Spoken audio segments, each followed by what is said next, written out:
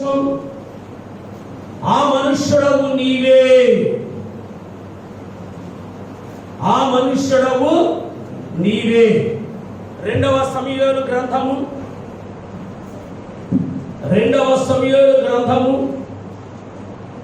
12వ అధ్యాయము 2వ సమూయేలు గ్రంథము 12వ అధ్యాయము 7వ వచనం.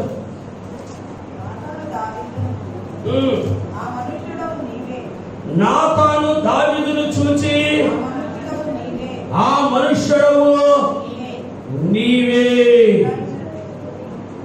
ఇశ్రాయేలీయుల దేవుడని యెహోవా సెలవిచ్చిన దేవనగా, ఇశ్రాయేలుల మీద నేను నిన్ను రాజుగా పట్టాభిషేకము చేసి సౌలు చేతిలో నుండి నిన్ను విడిపించి నీ యజమానుని నగరిని నీకు అనుగ్రహించి. సరే ప్రభువును ప్రియమైన దేవుని పిల్లలు, ఇవన్నీ కూడా మనకు అక్కర్లేదు కానీ 2వ సమూయేలు గ్రంథం 12వ అధ్యాయము 7వ వచనం. నాతాను దావీదును చూచి ఆ మనుష్యుడవు నీవే, ఆ మనుష్యుడవు. తలవంచండి, ప్రార్థన చేసుకున్నాం. మరలా మొద్దుగారి గురించి చెప్పాలని నేను సిద్ధపడ్డా. యాక్చువల్గా చివరిగా ఇంకొక కోణంలో నుంచి ఇప్పుడు చెప్పబోయే వర్తమానం గురించి కూడా సిద్ధపడ్డా. ఆది కాడి నుంచి ఇంకొక వర్తమానం సిద్ధపడ్డా. పరిశుద్ధాత్మ దేవుడు ఈ వాక్యాన్ని అందించమని మాట్లాడుతూ ఉన్నాడు. తలవంచని ప్రార్థన చేసుకున్నాం. ఆ మనుషుడు నీవే అని నాతాను దావీదును చూసి అంటున్నాడు. ఆ మనుషుడు నేనా, ఆ మనుషుడు నేనా అని మనము ప్రశ్నించుకోవాలని దేవుడి వర్తమానం ద్వారా మనతో మాట్లాడిన ఉద్దేశం కలిగి ఉన్నాడు కనుక ప్రార్థన చేస్తున్నాం.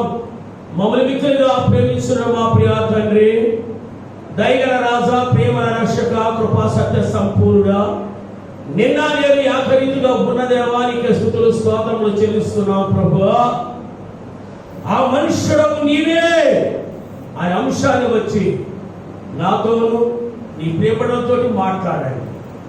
నేను మాట్లాడితే ఎవరికి అర్థం కావు గనక నీ దీనదాసుడు నన్ను నీ శక్తి చేత నింపి బోరగా వాడుకొని తండ్రి, విని విడిచిపెట్టే వారిగా కాక వాగ్దానుసారమైన జీవితం జీవించులాగా, ఒక తీర్మానంతో నీ మందిరానికి బయటికి వెళ్ళలాగా నీ ప్రియపడంతో సూచిగా మీరు మాట్లాడమని కూడా ప్రాధాన్యపడుతూ ఉన్నాను తండ్రి.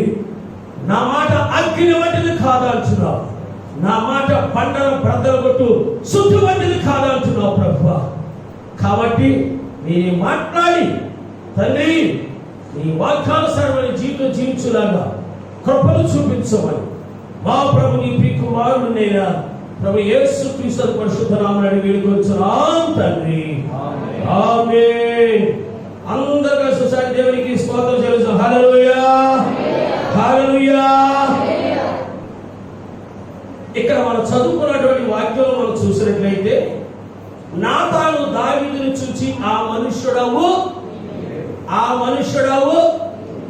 వాక్యం విన్న తర్వాత నేనే నేనే నేనే అని తీర్మానంతో మనం బయటికి వెళుదుము గాక. సర్వసాధారణంగా వాక్యం చేత దేవుడు మనతో మాట్లాడినప్పుడు కొన్నిసార్లు మనం ఎలాగనుకుంటామంటే, ఏ పాస్టర్ గారు కావాలని చెప్పాడు అంటాం మనతో మాట్లాడినప్పుడు. రెండవది మనం ఏమనుకుంటాం అంటే, ఎవరైనా గుచ్చి మాట్లాడిందనుకో, నేనంటే ఇష్టం ఉండదండి, నన్ను చూసే వాక్యం వద్దది, వాక్యం వద్దండి, నన్ను చూసే చెప్పాడు. ఇంకా మహాజ్ఞానం గల వాళ్ళకి ఏమనుకుంటారు తెలుసా, నా గురించి కాదు దాని గురించి చెప్తున్నాను, బాగా పడుతున్నాడే గాడించి, నన్ను గురించి కాదు దాని గురించే బాగా కొడుతున్నాడే గాడించి. ఇంకా మా బ్రదర్స్ కూడా ఏమనుకుంటారు తెలుసా, నన్ను గురించి కాదు ఆడి గురించి బాగా కొడుతున్నాడు, కొట్టు కొట్టు ఇంకా పెరిగాయి. అలాగనుకోకుండా ప్రతి ఒక్కరు ఏమనుకోవాలి, కావాలంటే నా గురించి, నాతోనే కదా, వాస్తవం కదండి. నా గురించే నాతోనే మాట్లాడాలని అనుకున్నప్పుడు ఆ వాక్యానుసారంగా జీవించడానికి మనము ప్రయత్నము చేస్తాం. దేవునికి మహిమ కలుగును గాక. హల్లెలూయా. ఒక చిన్న ఉపమానం దయచేసి వాక్యం వైపు మీ మనసు ఉంచాలని నేను ఆశిస్తా ఉన్నా.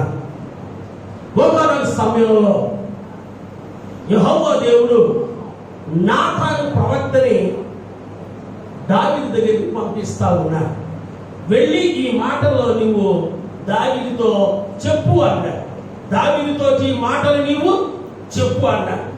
అయితే ఏ మాటలైతే దావీదుతో నాతానుని చెప్పమన్నాడో దేవుడు, నాతాను ఒక యాజకుడు లేక ఒక ప్రవక్త, కానీ దావీదైతే గొప్ప చక్రవర్తి,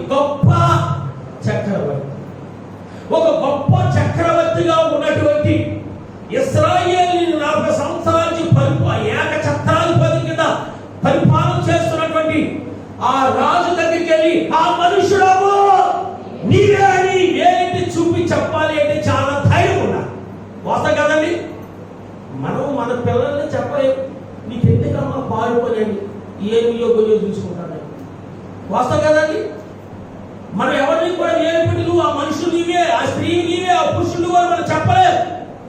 ఎందుకు మనకెందుకు తంట, మనకెందుకు ఈ ఘోర, మనకెందుకు ఈ తలనొప్పి, మనకెందుకు ఏమని చేసుకున్న దానికి వాడు ఏం చేస్తారు, మనం ఏం చేస్తామంటే సైడ్ అయిపోతాము. కానీ తోటి మనిషి యొక్క, తెలిసిన మనిషి యొక్క స్నేహితుల గురించి కానీ, బంధువుల గురించి కానీ, తోటి సంఘస్థుల గురించి కానీ, బ్రదర్లు చేస్తున్న తప్పు, సిస్టర్లు చేస్తున్న తప్పు, బిడ్డలు చేస్తున్న తప్పు అని నువ్వే అని ఖండితంగా చెప్పేవాడు చాలా అరుదుగా ఉంటారు కదండి. మనకెందుకండి ఘోర. కానీ ఒక సామాన్యమైనటువంటి దైవజనుడిగా ఉన్నటువంటి, ప్రవక్తగా ఉన్నటువంటి నాతాను ప్రవక్త దేవుడు ఏం చేస్తాడంటే దావీదు దగ్గరికి పంపి ఈ మాటలు నువ్వు చెప్పు. ఏ మాటలు చెప్పమన్నాడంటే, సరే అయ్యా మీరు చెప్పిన మాటలు నేను చెప్తానని ఈ నాతాను ప్రవక్త దావీదు గారి దగ్గరికి వెళ్ళారు. ఇంటికాడ చదువుకుంటున్నారు. దావీదు గారి దగ్గరికి వెళ్ళారు. అయ్యా, గ్రామంలో 2 వ్యక్తులు ఉన్నారు, చాలా జాగ్రత్తగా. గ్రామంలో 2 వ్యక్తులు ఉన్నారు. ఒకడు చాలా ధనవంతుడు, ఒకడు చాలా పేద. ఆ ధనవంతుడికి చాలా గొర్రెలు, బర్రెలు, ఒడ్డులు, ఓడలు, అబ్బో సర్వ సంపద కలిగి ఉన్నారు. వాళ్ళ ఇంటికి వచ్చిన అతిథులకి అన్ని విధాలు మర్యాద చేయగల సమర్థుడు. ఇంకో వ్యక్తున్నాడు, అతను ఎటువంటి వాడంటే చాలా నిరుపేద. ఒకే ఒక మేకపిల్ల ఉన్నాడు. ఒకే ఒక ఈడికైతే 100 వేలు గొర్రెలు, బర్రెలు, మేకలు, ఒడ్డులు, అబ్బో లెక్కలేదు. ఇతనికైతే ఒకే ఒక మేకపిల్ల. అయ్యా, ఒకనొక దినాన్ని ఈ ధనవంతుడి దగ్గరికి గెస్ట్ వచ్చాడు, బంధువు వచ్చాడు. ఆడికి విందు చేయటానికి వీడి దగ్గర గొర్రెలోంచి కానీ, వీడి దగ్గరలోంచి మేకలోంచి కానీ, వీడి దగ్గర బరిలోంచి కానీ, అసలు బరిలోంచి బరిలోంచి కానీ, లేదా ఆ సమయంలో ఉన్నటువంటి దేన్ని కొయ్యకుండా ఏం చేశాడు తెలుసా ధనవంతుడు?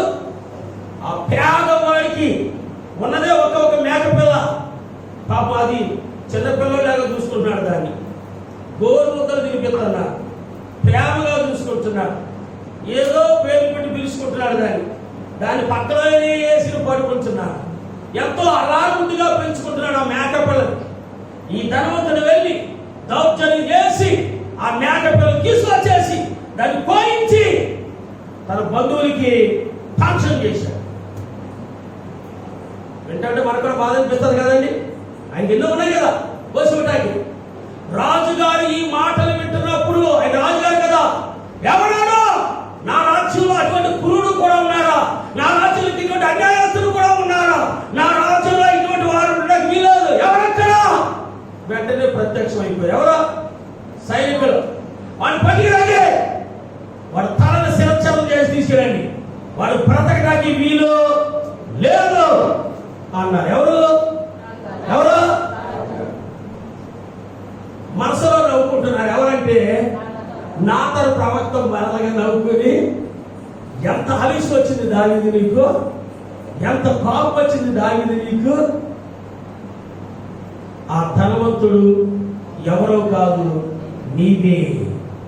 ఆ ధనవంతుడు ఎవరో కాదు, నీవే. ఇప్పుడు రాజుగారు కొన్ని ఒక్కసారి చూడండి, గాలి తీసిన చక్రం కదలకుండా ఎలా ఉంటుందో నిశ్చేషుడైపోయాడు. నేనా నేను అటువంటి పని ఎప్పుడు కూడా చెయ్యలేదే.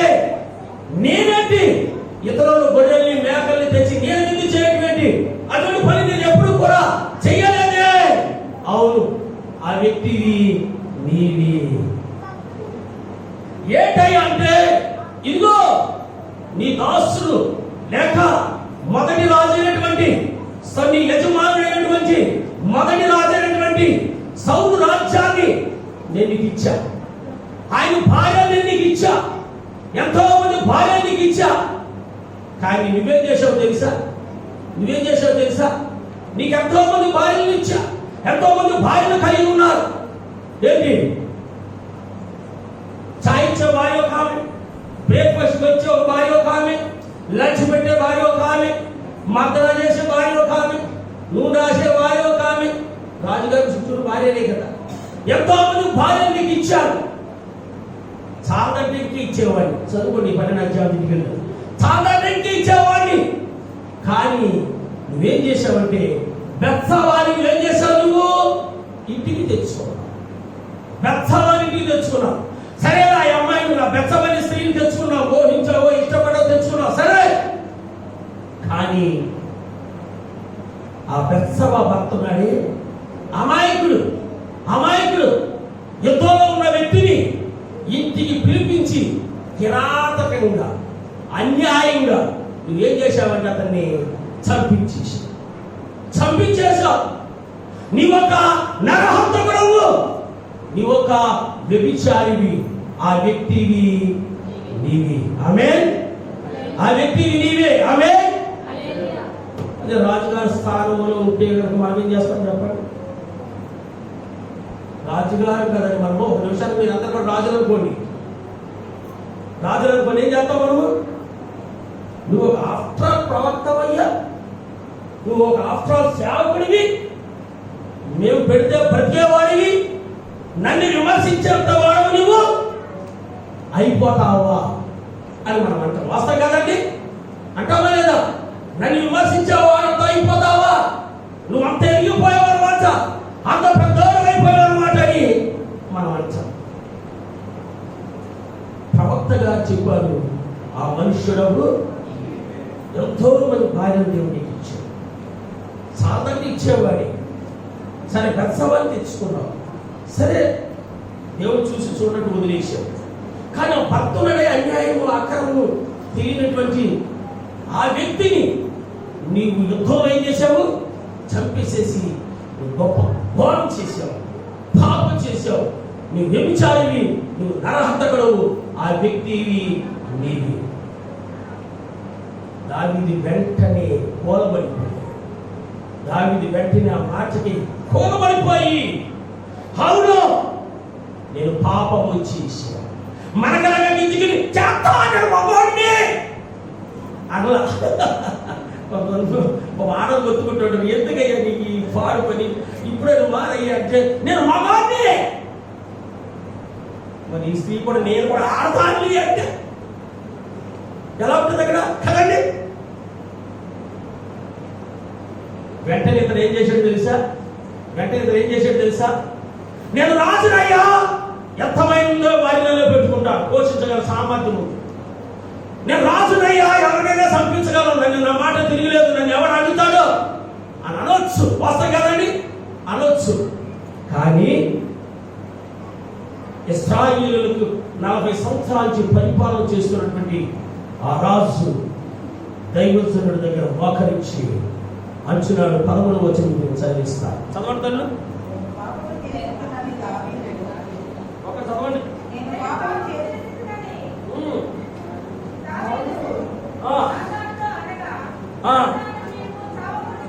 నేను పాపము చేసిందని దావీదు నాతానుతో అనగా. చూసారండి? వెంటనే అతను ఏం చేస్తున్నాడు తెలుసండి? తన తప్పుని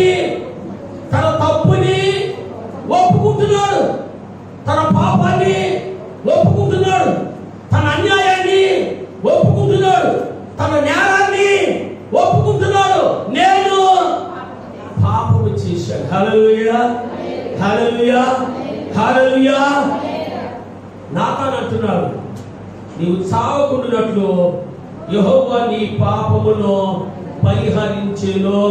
దేవునికి స్తోత్రం చెల్లిద్దాం. హల్లెలూయా, హల్లెలూయా, హల్లెలూయా.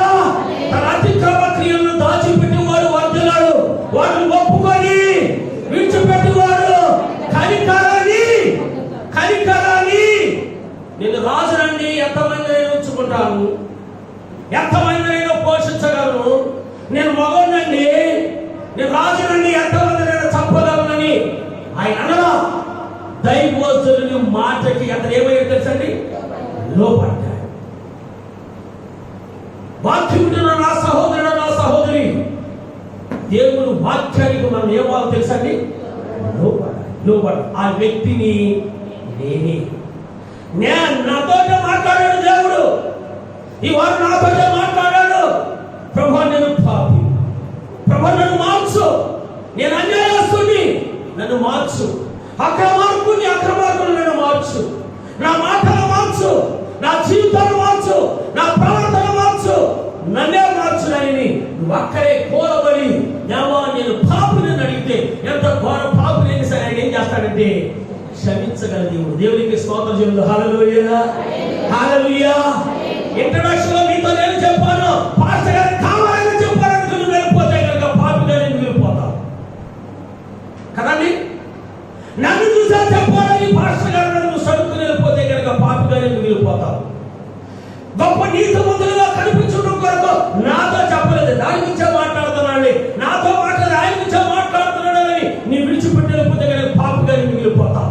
కానీ దేవుడు నాతోటే మాట్లాడాడని కనుక నువ్వు పశ్చాత్తాపపడి ఇక్కడ దావీదు వలె నేను పాపము చేసింది, నేను పాపిని ప్రభువా నన్ను క్షమించంటే కనుక ఆయన శిలువలో కాచిన రక్తం ద్వారా ఆచరణ నేను కలిగి శుద్ధీకరించి పవిత్రపరిచి నూతన హృదయములు, నూతన ఆత్మలు, నూతన స్వభావం దయచేస్తాను. దేవునికి మహిమ కలుగును గాక. హల్లెలూయా, హల్లెలూయా. అంత గొప్ప రాజు ప్రవక్త దగ్గర ఒప్పుకుంటున్నాడు, నేను పాపము చేసిన. ఆమేన్, హల్లెలూయా. అపరాధినై అంధుడనై అపవాదికో అనుచరునై అపరాధినై అంధుడనై అపవాదికో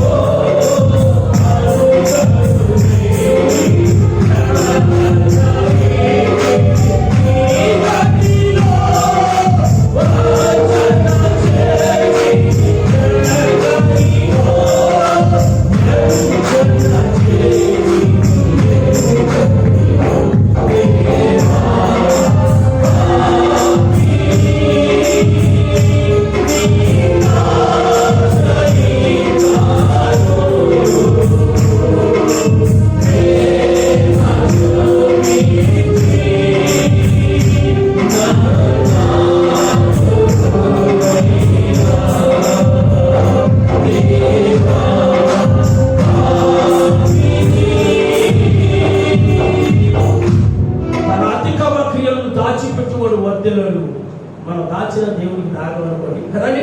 ఆయన నేత్రంలో లోకమంతా పని చేస్తున్నాయి, సంచారం చేస్తున్నాయి. తన అతిక్రమ క్రియలు దాచిపెట్టుకుని వర్తలను వాటిని ఒప్పుకొని విడిచిపెట్టువాడు కనికరాన్ని, క్షమాపణని పొందుతాడు.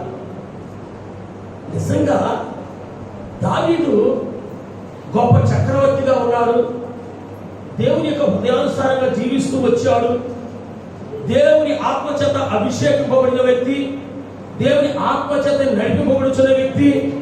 దావీదు ఏ యుద్ధానికి వెళ్ళినా దేవుని యొక్క అనుమతి తీసుకుని ఆయన ఏం చేసేవాడు, నువ్వు వెళ్ళు అంటే యుద్ధానికి వెళ్ళేవాడు. అంత గొప్ప వ్యక్తి ఏం చేశాడు అంటే పాపం మీద పాపం, నేరం మీద నేరం, ఘోరం మీద ఘోరం, అన్యాయం మీద అన్యాయం, అక్కరం మీద అక్కరం చేస్తూ వెళ్ళాడు. ఆఖరికి ఎంతగా దిగజారాడంటే అన్ని పుణ్యం ఎరగినటువంటి ఉరియాను కూడా ఏం చేశాడు తెలుసు, ఆయన చంపించేశాడు. ఎందుకంటే అతను భార్యని తెచ్చుకున్నాడుగా. ఏం పేరు మెచ్చవాడిని తెచ్చుకున్నాడు కనుక వీడిని తీసి తండ్రి లేకుండా పోతాడని ఎంతమంది భార్య ఉన్నారు. మనస్సును ఎందుకు చేయాలి? వీడిని తీసి తండ్రి పోతాడని తీయించేసాడు. ఇవన్నీ కూడా ఎవరు చూస్తారు తెలుసా అండి? ఎవరు చూస్తున్నారు తెలుసా? చూచుచున్న దేవుడు చూస్తున్నాడు. ఆమేన్, హల్లెలూయా, హల్లెలూయా.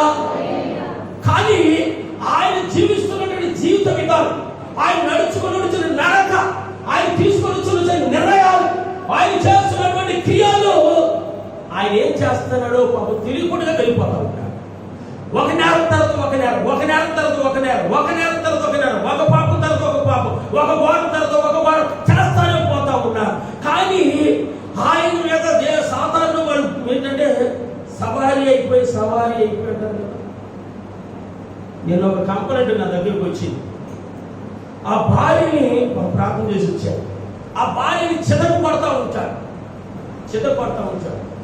వాళ్ళు పుట్టోళ్ళు అడిగాడు, ఏమయ్యా ఒకసారి పడితే ఊరుకున్నాం, రెండోసారి పడితే ఊరుకున్నాం, ఏంటి నువ్వు అత్తమాను మా అక్కను కొడుతున్నావు లేదా మా బిడ్డను కొడుతున్నావు అంటే, అయ్యా పొరపాటు అయిపోయింది, ఈ సైతాన్ గడు నా వెనక్కి వచ్చేస్తున్నాడు, అప్పుడు ఏం చేస్తున్నాడో నాకు తెలుస్తుంది. అది ఏమైనా కవర్ చేస్తున్నాడు తెలుసా? ఈ సైతాన్ గాడు నా వెనక్కి వచ్చేస్తున్నాడు, ఏం చేస్తున్నాడో నాకు. మరి మీరందరూ కూడా తామపోయారా? సైతాన్ గడు మా మీదకి వచ్చాడు, మేమేం చేస్తున్నామో మాకు తెలియదు అన్నాడు. మీరందరూ తామపోయారా? సైతాన్ గారు కూడా మా మీదకి వచ్చాడు, మీరందరూ తోమితే సూపర్ నల్లరంగు తెల్లరంగు అయిపోయింది కదా అన్నాడు కదండి. ప్రభుత్వ ప్రియమైన దేవుని బిడ్డలారా, ఇతను ఒక తర్వాత చేసుకుంటూ పోతున్నాడు. ఆయన చేస్తున్నది ఏంటో పాపం తెలియకుండా పోతా వచ్చింది.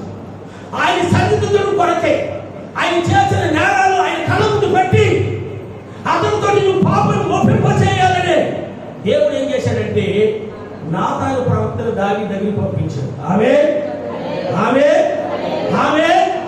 మానవులుగా ఈ సంసారంలో మనం జీవిస్తున్నాం కనుక ఈ లోకంలో మనము కూడా చేస్తున్నటువంటి పనులు కొన్నిసార్లు మనకు తెలియకుండా ఆవేశంలో లేకపోతే సైతాన్ని ప్రేరేపించో, ఆమె చెప్తుంది కదా నేను చేస్తే పోయింది, ఆయన చెప్తున్నాడు కదా నేను చెప్తే పోయింది, ఆయన జీవిస్తున్నాడు నేను జీవిస్తే పోయింది, ఆ పిల్లలు జీవిస్తున్నాడు మా పిల్లలు జీవిస్తే ఉంది. ఈ రీతిగా ఏం చేస్తామంటే మనకు తెలియకుండా ఏం చేస్తామంటే ఈ లోక పోకడలో పడిపోయి జారిపోయి పడిపోతూ మెల్లమెల్లగా ఏంటంటే నరకపు అంచుస్థితికి వెళ్ళిపోతా ఉంటాం.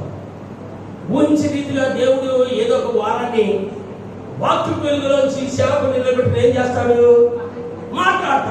మాట్లాడినప్పుడు ఏం చేయాలి? దావీదు వలే ఏం చేయాలి?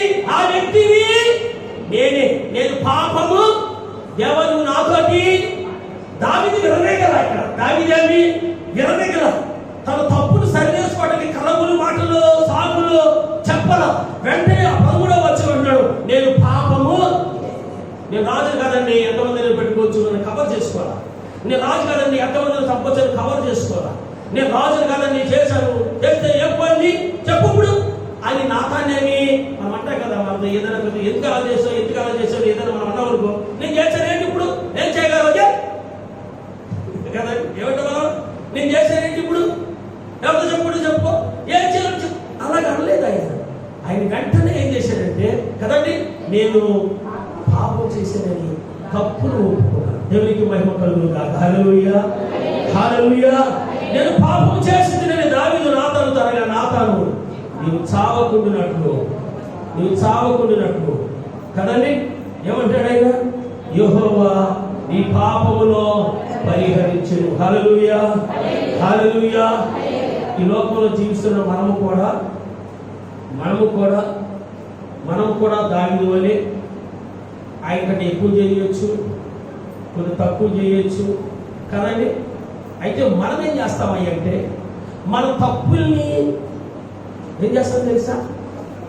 దాచుకుని కప్పుపుచ్చుకుని ఏం చేస్తామయ్య అంటే ఇతరుల గురించి మనం చర్చించుకుంటాం, ఇతరుల గురించి మనం చెప్పుకుంటాం.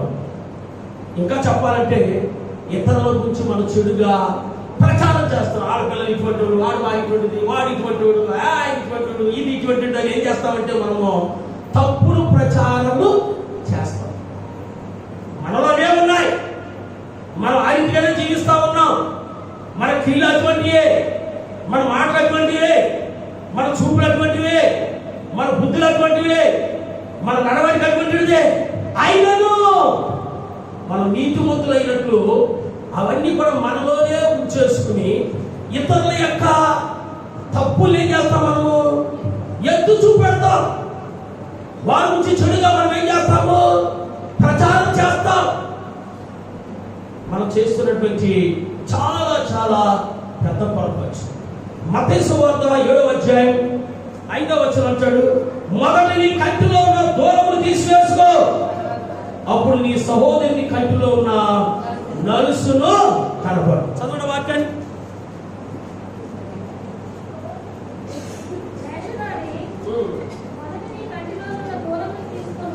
స్టార్టింగ్ మాట ఏమన్నాడు తల్లి? ఇక్కడ గట్టిగా చదవరా. వేషధారి ఏమని సంబోధిస్తున్నాడు తెలుసండి? ప్రభువారు కొండ మీద ప్రసంగం ఇది. వేషధారి ఇటువంటి వాళ్ళతో ఏమంటారు తెలుసండి? వారే నీతిమంతులైనట్టు, వారే పరిశుద్ధులైనట్టు, వారిలో ఏ నేరము, ఘోరము, అన్యాయము, పాపము, ఏ అక్రమము ఏమీ లేనట్టు, వారే పరిశుద్ధులైనట్టు ఇతరుల్ని చెడుగా ప్రచారం చేస్తారు, అల్లరి చేస్తారు. వారి కుటుంబాల గురించి కానీ, పిల్లల గురించి కానీ, వారి గురించి కానీ, ఆస్తుల గురించి, ఈ పురుషులు కానీ రకరకాలుగా ప్రచారం చేస్తూ ఉంటారు. అయితే ఒక మాట మనం చదువుకున్న ప్రభు అంటున్నారు, వేషధారి చదువుతాని, మొదట నీ కంటిలో ఉన్న దూరమును తీసివేసుకో, అప్పుడు నీ సహోదరుని కంటిలో ఉన్న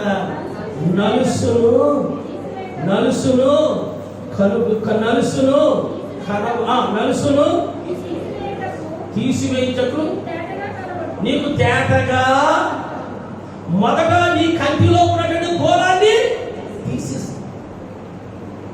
నీ హృదయంలోను నీలో ఉన్నాయే మొదట అవన్నీ నువ్వు తీసేసుకో. అప్పుడు ఇతరుల గురించి నీవు మాట్లాడు. నీ తప్పులు నీలో ఉంచుకున్నావు, నీ నేరాలు చేస్తానే ఉన్నావు, నీ ఘోరాలు చేస్తానే ఉన్నావు, నీలో నిండిపోయినాయి. కానీ ఇతర తప్పిదారులు మాత్రం నువ్వేం చేస్తావంటే ఎత్తు చూపెడతా ఉన్నావు, విమర్శిస్తా ఉన్నావు, చెడుగా ప్రచారం చేస్తా ఉన్నావు. మరి నీలో ఉన్నాయి, నీ కుటుంబంలో ఉన్నాయి, నీ పిల్లల్లో ఉన్నాయి, ప్రతి ఒక్కరిలో పొరపాట్లు ఉన్నాయి. అయితే అవి మనం కప్పుపుచ్చుకుని మనము, మన పిల్లలు, మన కుటుంబాలు ఏదో పరిశుద్ధమైనట్టు ఇతరుల వైపు మనం ఏదైతే చూపకూడదో, ఇతరులు మనం చెడుగా ప్రచారం చేయకూడదు, ఇతరుల గురించి చెడుగా మనము మాట్లాడుకునే ఇది చాలా పొరపాటు. కనుక ప్రభుత్వం నా సహోదరుడు, నా సహోదరి, ఒకవేళ ఆరాధన మీరుంటుంటే కనుక మీ కంటిలో ఉన్న దూరాన్ని ఒకసారి చూసుకో. వంగు చూడు, తొంగు చూడు, నీ హృదయంలోకి, నీ కుటుంబంలోకి, నీ జీవితంలోకి. మన కుటుంబం ఎలా ఉంటుంది, మన స్త్రీలు ఎలా ఉన్నారు, మన పిల్లలు ఎలా ఉన్నారు, మనం ఎలా ఉన్నామో మొదటిగా మనం ఏం చేయాలి తెలుసండి? పరీక్ష చేసుకో. అప్పుడు ఇతరులు మనము వేలెత్తి చూపడానికి మనము సరిపోతాం. అందుచేత ప్రభు ఏమంటున్నారంటే, వేషధారి. ఎందుకు వేషధారి అంటున్నాడు? నీకు పైకి నీతిమంతులుగా కనపడుతుందా, నీతిమంతులుగా మాట్లాడాలనుకుంటున్నావు, మొదటి నీలో ఉన్నటువంటి నువ్వేంటో ఒకసారి చూసు.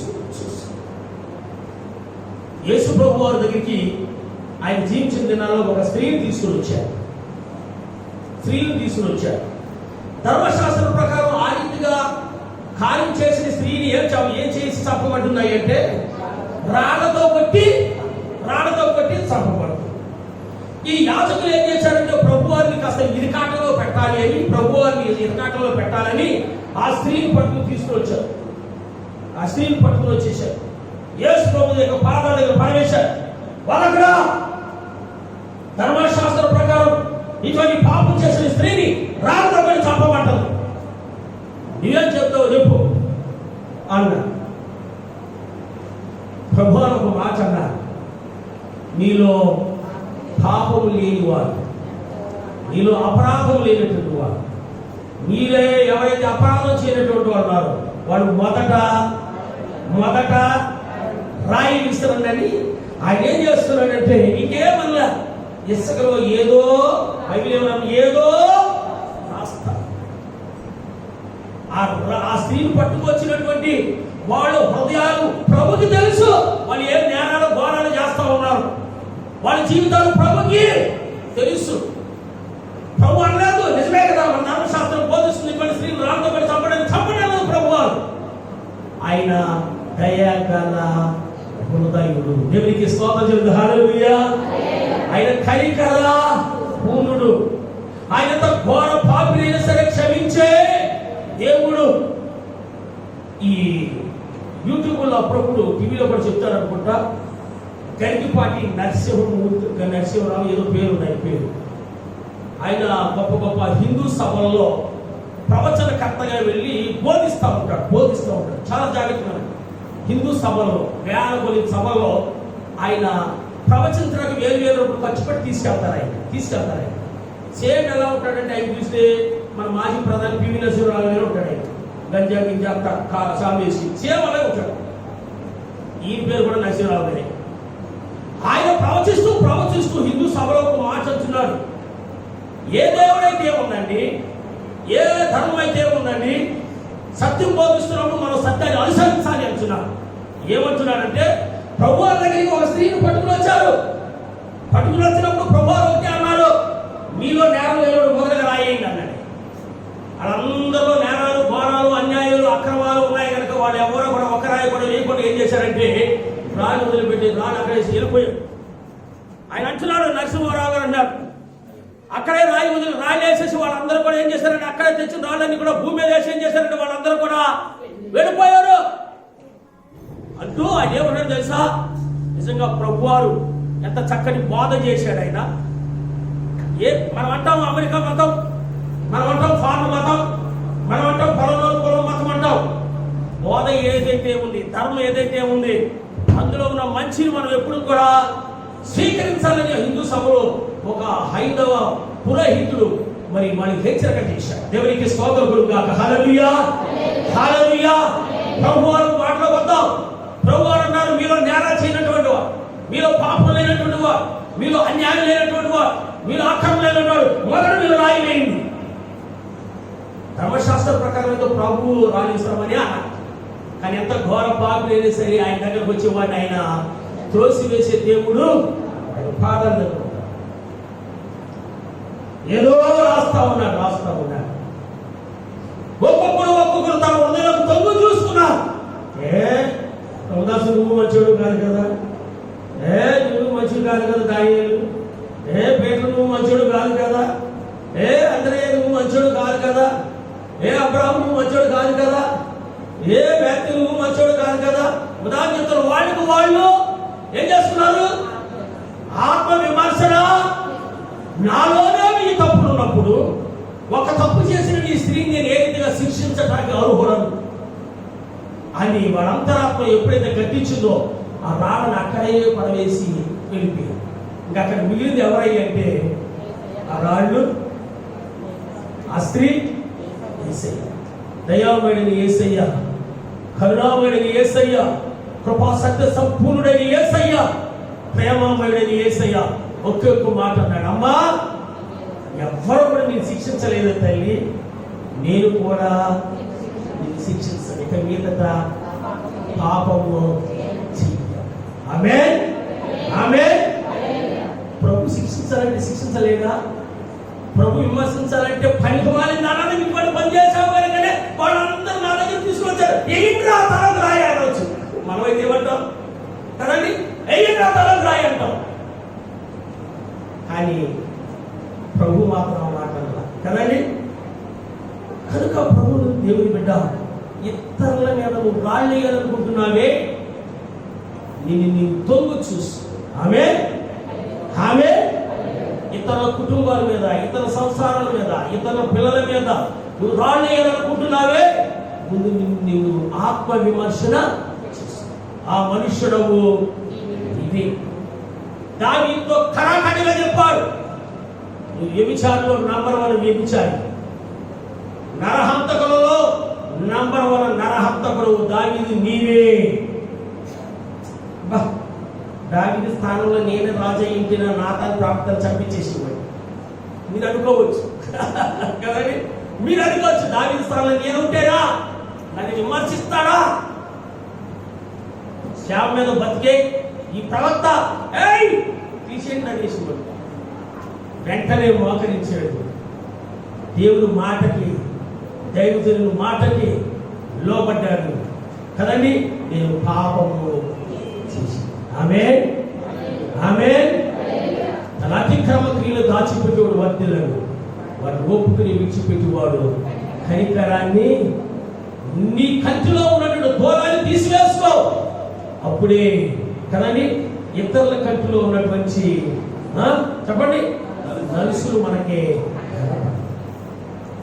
90వ కీర్తన 8వ వచనం.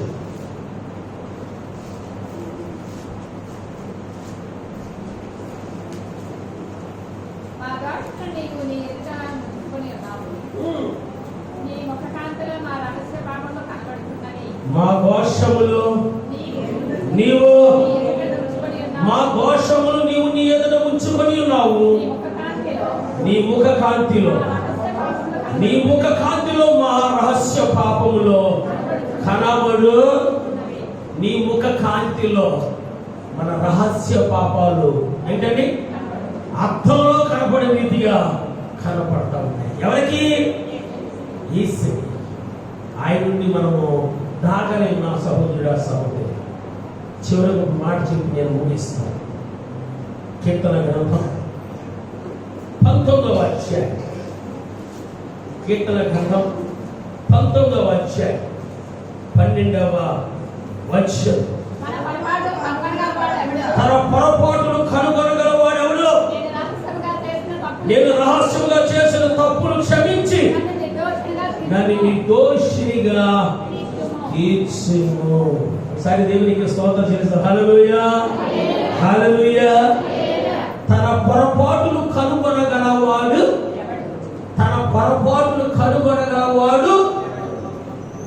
ఎవరి కాలం మంచులు అనుకుంటాం, ఎవరి కాలం నీతిమంతులు అనుకుంటాం, ఎవరి కాలం పరిశుద్ధులు అనుకుంటాం, ఎవరి కాలం గొప్పలు అనుకుంటాం, ఎవరి కాలం మాలో ఏ జ్ఞానము ఘోరము లేదు అనుకుంటాం. వస్తాం కదండి.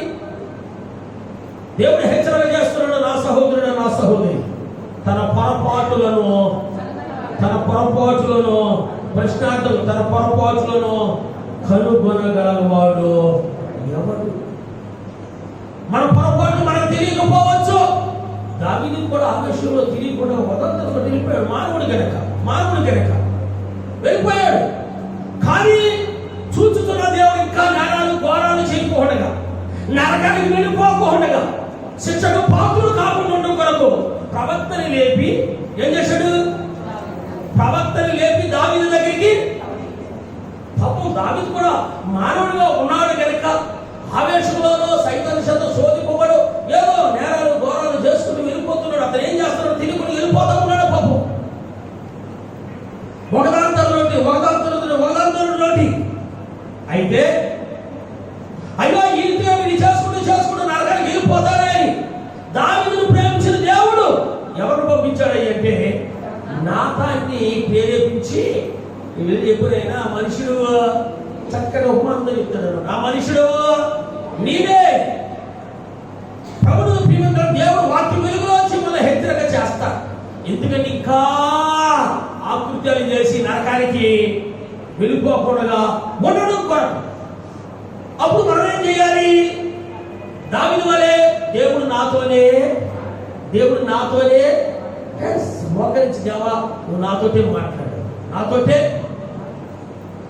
నీ వాక్యానుసారం జీవించడానికి నేను తీర్మానం చేసుకుంటున్నాను.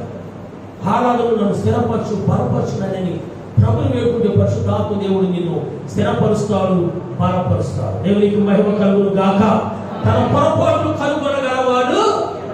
ఎవరి కాలే నీతివంతులు, ఎవరి కాలే పరిశుద్ధులు, ఎవరి కాలే గొప్పలు, ఎవరి కాలే మంచివాడు, ఎవరికి వాళ్ళే కదండి.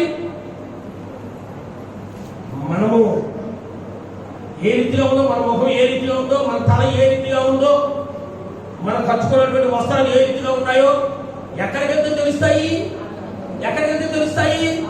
ఆలోచనలు అద్దాలు పెట్టుకున్నారు కదా ఇళ్లలో. ఇంతకు ముందు పాపం ఇంతంత బుల్బులు అద్దాలే ఉండి దాన్ని పెట్టుకునే గడ్డకి తీసుకోవాలి, దానికి గడ్డకి తీసుకునే దాన్ని దుక్కుకోవాలి. ఇంతకుముందు పూర్వీకులు ఎలా ఉంది? నిజంగా చెప్పండి, పూర్వకాలం ఎలా ఉంది? చిన్న చెక్క ఫ్రేమ్తో అద్దాలు ఉండి. మీ ఇంట్లో బంగారు ఫ్రేమ్ చేసిన నాకేం తెలియదు, మా ఇంట్లో చిన్నదే ఉంది. ఇంత అర్థం ఉండేది. దాంతో గడ్డని తీసుకోవాలి, దాంతో పౌడర్ రాసుకోవాలి. పౌడర్ రాసుకోవాలి, దాన్ని మేకొట్టి దానికి చిన్న రింగ్ ఉంటుంది ఇలా తగిలించి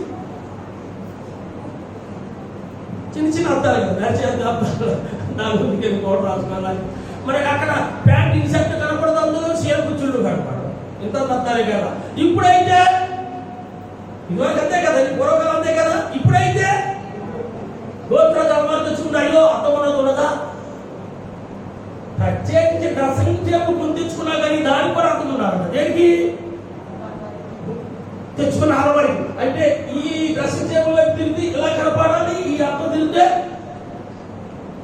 ఎందుకు మనం ఈ ఇబ్బందులు పడవ అర్థాలు పెట్టుకుంటున్నామయ్య అంటే ఆ అర్థం చూడగానే మనం ఏం చేస్తున్నాయి అంటే చెప్పండి. ఆయన మగచుడు జిడ్డు కొట్టేసినట్టు అలాగే వెళ్తావా? జిడ్డు మొహవాడ రాయడానికి పౌడర్ డబ్బా తెచ్చుకున్నాక మొత్తం ఇంగ్లీష్ కొట్టేసామంటున్నారు కదా. ఆ చింపులు చుట్టుతో పోతావా చూస్తా అయ్యే టాకులు ఇలా పోసుకుంటుంది. దూకో దూకో. ఎవరంటున్నారు?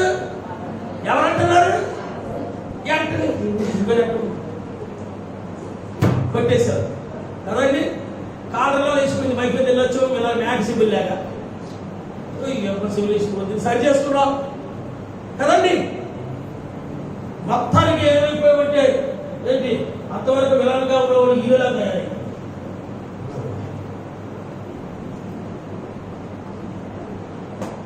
ఎంతైనా నేనే కదా. నీవే అని ఎవరు చెప్పారు? అర్థం చెప్పింది నువ్వేం చేశావు? సరి చేసుకున్నావు. వాక్యము అర్థముతో పోల్చాడు. ఆమె ఏమం చేసుకున్నావు కదా ఒకసారి. వాక్యం ఎటువంటిదో అన్నాడు కదా. మరి అర్థము లాంటి వాక్యము నీతో మాట్లాడుతున్నప్పుడు మనం ఏం చేయాలప్పుడు? తెచ్చుకుంటున్నారా? ఏం చేయాలి? అర్థం ముందు నిలబడి సరి చేసుకున్నప్పుడు వాక్యం వెలుగులోంచి దేవుడు మనతో మాట్లాడుతున్నప్పుడు మనం కూడా ఏం చేయాలి చెప్పండి? అవును ప్రభువా, ఫలానా రోజు చూడకుండా దృశ్యాన్ని చూశాను. నేను ఎన్నో సంవత్సరాలుగా సీరియల్ చూడటం మానేసి ఎవరు చెప్పారు మొదటి గురించి ఈ వారం ప్రతి చూశాను. ఆయన తప్పైపోయింది, క్షమించు నాయనా. పర్లేదు, మానవులుగా చేస్తాం. దేవుడి దగ్గర ఏం చేయాలి మనము? ఒప్పుకోవాలి. ఒప్పుకొని ఏం చేయాలి మనము? వాక్యం వెలుగులోంచి దేవుడు మనతో మాట్లాడినప్పుడు మనం ఏం చేయాలి? నువ్వు నాతోటే. అక్కడ అంచున్నాడు కీర్తనకారుడు 19వ వచనం ముగింపులోకి వస్తున్నాడు. ఏమొచ్చినాడు ఆయన? 12వ వచనం తన పొరపాటులో తెలీదు. మానవులుగా ప్రవాహం కట్టుకుపోతూ ఉంటాం. మందిరంకి వచ్చినప్పుడు, ప్రతి వారం మందిరంకి వచ్చినప్పుడు ఏదో ఒక వారం దేవుడు వాక్యంతో నీతో మాట్లాడతాడు. నువ్వు నువ్వు మెల్లమెల్లగా మెలగేమిందని వాటిని విడిచిపెడతావు. చూడండి, సిగరెట్లు బాగా తాగి ఉండి ఒకసారి వదిలిపెట్టొద్దురా అంట. ఎందుకంటే ఆడు సిగరెట్లు ఏపించోడు అయిపోతాడు. మరి ఒకసారి వదిలేదులేదా? రోజు కట్ట తాగేవాడు రోజుకి 4 తాగు, దాని 2 తాగంట. రోజు తాగినే ఉంటారంటే నేను రోజు తాగి నీకు ఏదో వస్తుందిరా బాబు, ఏంటి రోజు తాగు, ఫుల్ వాటర్ తాగుడు, హాఫ్ తాగుడు, క్వార్టర్ తాగు, కొద్దిగా తగ్గించుకుంటూ నీకు అలవాటు అవుతుందంట. ఎందుకంటే నువ్వు ఏ హాని అన్నా చేస్తాడు. నువ్వు ఒక్కసారి వదలలేవు. నువ్వు వారం దేవునికి రా, దేవుని సన్నిధికి రా. దేవుని దగ్గరికి వచ్చి వారం ప్రభావ నేను పాపను ఒప్పుకో, సరి చేసుకుంటూ వెళ్ళు, బాగు చేసుకుంటూ వెళ్ళు. చక్కటి క్రీస్తు ఆకారంలో మనం వచ్చేస్తాం. ఆమె తన పొరపాటును కనుగొనగల వాడు ఎవడు? నేను రహస్యంగా చేసే తప్పును క్షమించి నన్ను నిర్దోషినిగా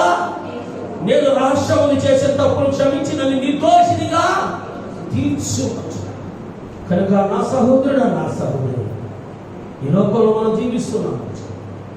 మానవులు ఏ ఒక పొరపాట్లు చేస్తాం కదా. మానవ నైజం నేను ఆత్మచేత అభిషేకం అని దావిదే చేశాం. అనకు కదండి.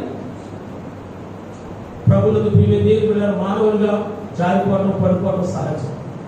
అయితే దేవుని దగ్గర ఏముంటుందంటే క్షమాపణ, చికటకాల దొంగ గూగుల్ నుండి మనం లేవనెత్తి ఏం చేస్తారు తెలుసా? క్రీస్తు చేసిన బండ మీద మన పాదాన్ని నిలబెడతాం. దేవునికి మహిమ కలుగును గాక. హల్లెలూయా. కనుక ప్రభువులకు ప్రియమైన దేవుని పిల్లారా, నాతాను ప్రవక్త దావీదు హెచ్చరిక చేస్తున్నాడు. ఏమనంటే ఆ మనుష్యుడవు మనం కూడా ప్రశ్నిస్తున్నాం, ఆ మనుషుని నేనా ప్రభువా? నన్ను క్షమించు. దావీదు ప్రభు పాదసన్నిధికి వద్దాం. నన్ను నీతిమంతుడిగా తీర్చు. నన్ను మార్చి సరిచేసి నీ సారూప్యంలోకి నన్ను తీసుకురా.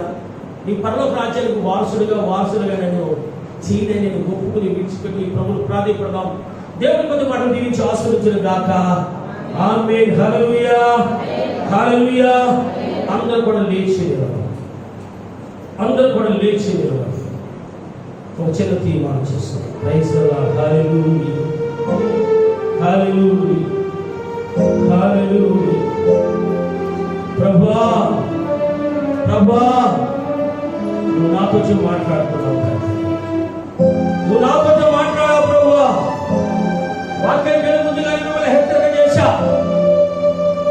మాస్టర్ గారు కావాలని అభిషేకంతో నీ రాకడ మనకు సిద్ధపరచుచున్నందుకు నీకే స్తోత్రం ప్రభువా. దుష్టుడు నాయన ట్రాక్ మళ్లించాలని ప్రయత్నం చేస్తాడు. ట్రాక్ మళ్లించాలని ప్రయత్నం చేస్తాడు. ఆయన పాస్టర్ గారు కూడా చెప్పారయ్యా, నువ్వేంటి ఇది అనొచ్చు.